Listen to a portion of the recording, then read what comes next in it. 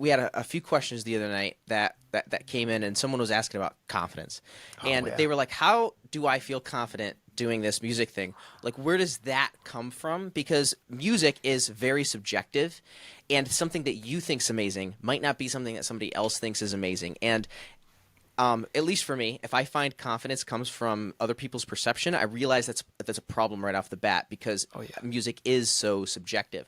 But there is objective things that you can do to ruin a song. You know what I mean? Like I could just bit crush everything and make it sound like absolute trash, and then like try to release it. Right. People are gonna be like, "What is this?" You know? So like, where does confidence come from for you specifically, Isaiah? I think for me, it's trial and error. I'm a big trial and error guy. I'm like, look, if you're not working in your DAW, you're not putting yourself out there, you can't gain the confidence.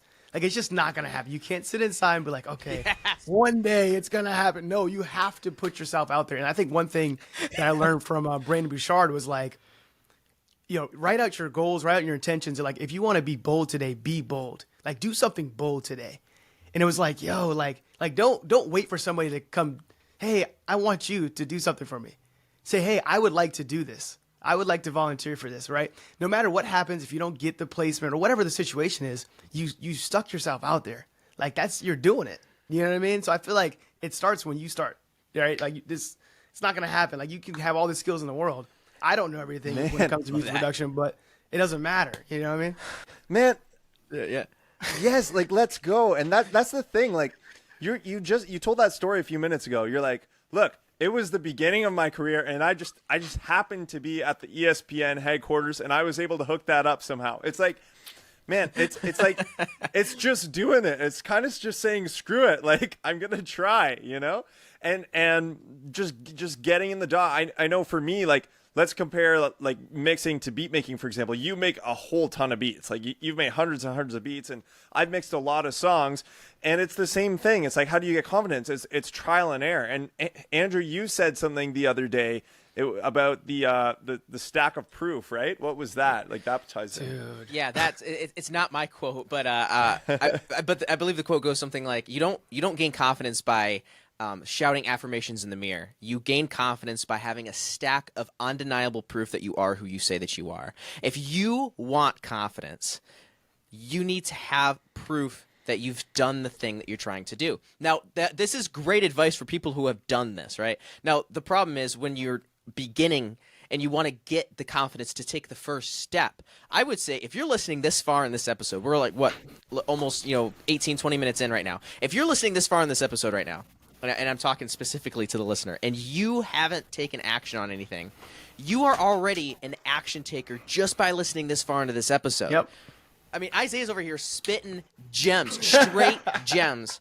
And the fact that you're taking action this far, dude, I mean, we got to be honest, man. The attention span right now is just so small. So if you're already this far in this episode, you have the confidence to take the next step.